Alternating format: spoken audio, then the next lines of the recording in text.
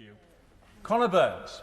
Thank you, Mr Deputy Speaker. To anyone in this House or beyond this House who thinks that global Britain is somehow an aspiration, not a reality, I would point them and commend them to the excellent report by Robin Niblett of Chatham House entitled Global Britain, Global Broker, where he points out that the United Kingdom already has a seat at all the key multinational organisations, the IMF, the G7, the G20, a permanent veto-owning member of the UN Security Council before we even look at the Commonwealth or NATO. We're fourth equal place with Germany and Japan in the number of full-time embassies and high commissions, and sixth in terms of defence spending. But I think we have an obligation to define what global Britain means.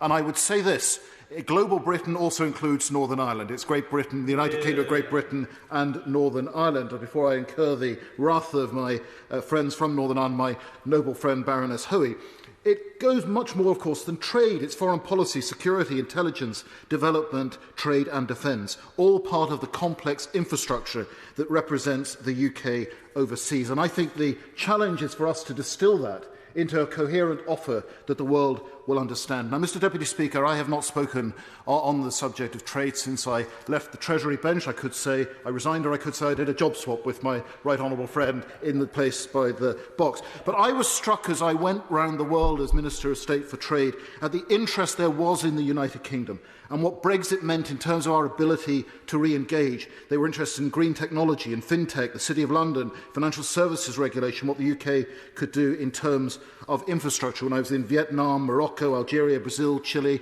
even the United States, there was huge interest.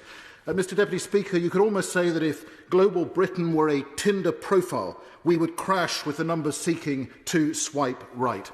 And I would just beg briefly the indulgence of the House to say I would like to place on record my thanks to those who worked with me in the Department for International Trade in my private office, my senior private secretary, Marcus and John, St John, Alessandro and Emily. They were a delight to work for. I'm not sure they would always say the same about me. We've talked about values.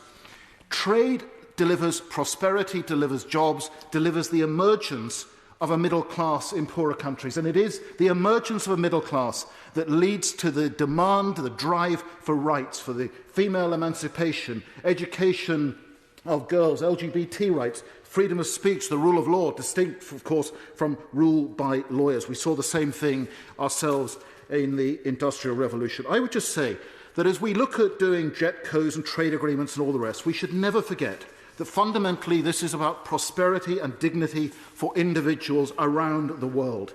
That aspect of what we call global Britain is not just economic or even political, but it is, in the very realist of sense, Mr Deputy Speaker, a moral mission.